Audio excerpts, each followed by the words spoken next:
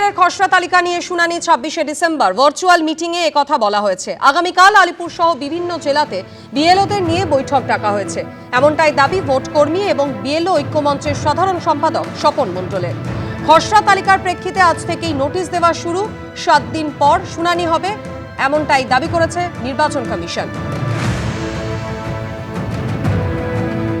তারা মৌখিকভাবে জানিয়েছেন যে সম্ভাব্য হিয়ারিংয়ের তারিখ হচ্ছে আগামী 26শে ডিসেম্বর, মানে বড়দিনের ঠিক পরের দিন থেকে হিয়ারিংটা শুরু হবে।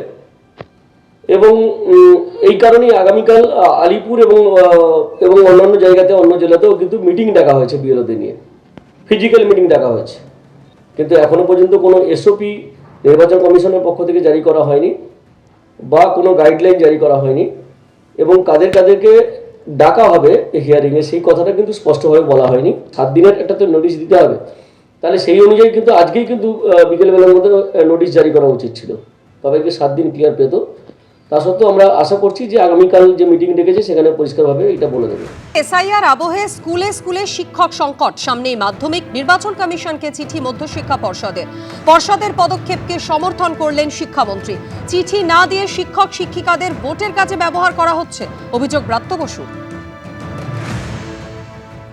পর্ষদ তো ঠিক কাজই করেছে। পর্ষদের চিঠির মূল কথা হচ্ছে যে আপনি আমাদের মাধ্যমিক পরীক্ষার সামনে যখন বিএলওদের ডাকা হয়েছিল, শিক্ষা দপ্তরের কাছে কোনো ইন্টিমেশন ছিল না, পর্ষদের কাছে কোনো ইন্টিমেশন ছিল না। তো পর্ষদ এই আশঙ্কা প্রকাশ করছে যে সামনে মাধ্যমিক পরীক্ষা, এইভাবে যদি শিক্ষকদের আবার আপনারা তুলে নেন তাহলে পরীক্ষাটা নেব কিভাবে। এটা নির্বাচন কমিশন একটা স্ট্যাটিউটরি বডি হয়ে আর সরকারি দপ্তরকে তারা একটা ইন্টিমেট করতে বা চিঠি লিখতে যে কি অসুবিধে, এটা আমি বুঝতে পারছি না। এটার মধ্যে এক ধরনের কুক্ষিগত করার মানসিকতা, রাজ্য সরকারকে এড়িয়ে চলার প্রবণতা, আর পুরোটাই যেন একটা তানাশাহি, এই ধরনের একটা মানসিকতা প্রতিফলন করছে এই ধরনের আচরণে। আমি পর্ষদকে সমর্থন করছি। ব্রাত্য বসুর বক্তব্য আপনারা শুনলেন, আর এই নিয়ে মুখ্য নির্বাচনী আধিকারিক কি জানিয়েছেন শোনাবো। সেন্ট্রাল ফোর্স কবে আসছে এটা আমি কি জানি। আচ্ছা, এটা আমার কাছে শিক্ষা দপ্তর বলছে বা ব্রাত্য বসু বলছে যে বিএলও নিয়োগ হচ্ছে, কিন্তু কমিশন জানাচ্ছে না। বিএলও নিয়োগ তো ইআরও থেকে হচ্ছে, ইআরও করছে ডিও অ্যাপ্রুভাল নিয়ে পরে। সেটা শিক্ষা দপ্তরকে জানানো হচ্ছে তো যে তাদের দরকার ইনফরমেশন আছে। হ্যাঁ, মাইক্রো অবজারভার আসছে তো। মাইক্রো অবজারভার তো আসবে, আজকে অর্ডার হয়েছে, দেখা যাক। উচ্চ প্রাথমিকে অতিরিক্ত শূন্যপদ মামলায় সিঙ্গেল বেঞ্চের নির্দেশকে চ্যালেঞ্জ করে এবার ডিভিশন বেঞ্চে গেলেন চাকরি প্রার্থীরা। বিস্তারিত বলবেন সৌভিক মজুমদার, আমাদের প্রতিনিধি টেলিফোনে রয়েছেন।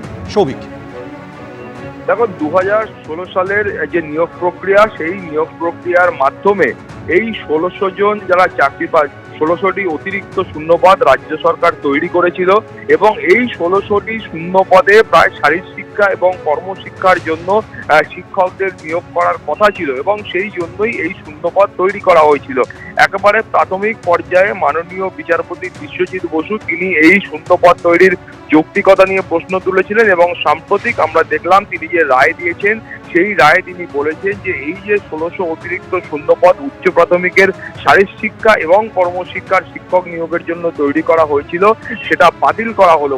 এর ফলে ওই যে 1600 শূন্যপদ রাজ্য সরকার তৈরি করেছিল সেটাও কিন্তু একই সঙ্গে বাতিল করা হয়েছিল, এবং সেই সিদ্ধান্তকে চ্যালেঞ্জ করেই আজকে চাকরি প্রার্থীদের একাংশ তারা ডিভিশন বেঞ্চের দ্বারস্থ হয়েছেন, যেটা মনে করা হচ্ছে যে আগামী সপ্তাহ থেকে মাননীয় বিচারপতি তপব্রত চক্রবর্তীর ডিভিশন বেঞ্চে এই মামলার বিচার প্রক্রিয়া শুরু হতে পারে।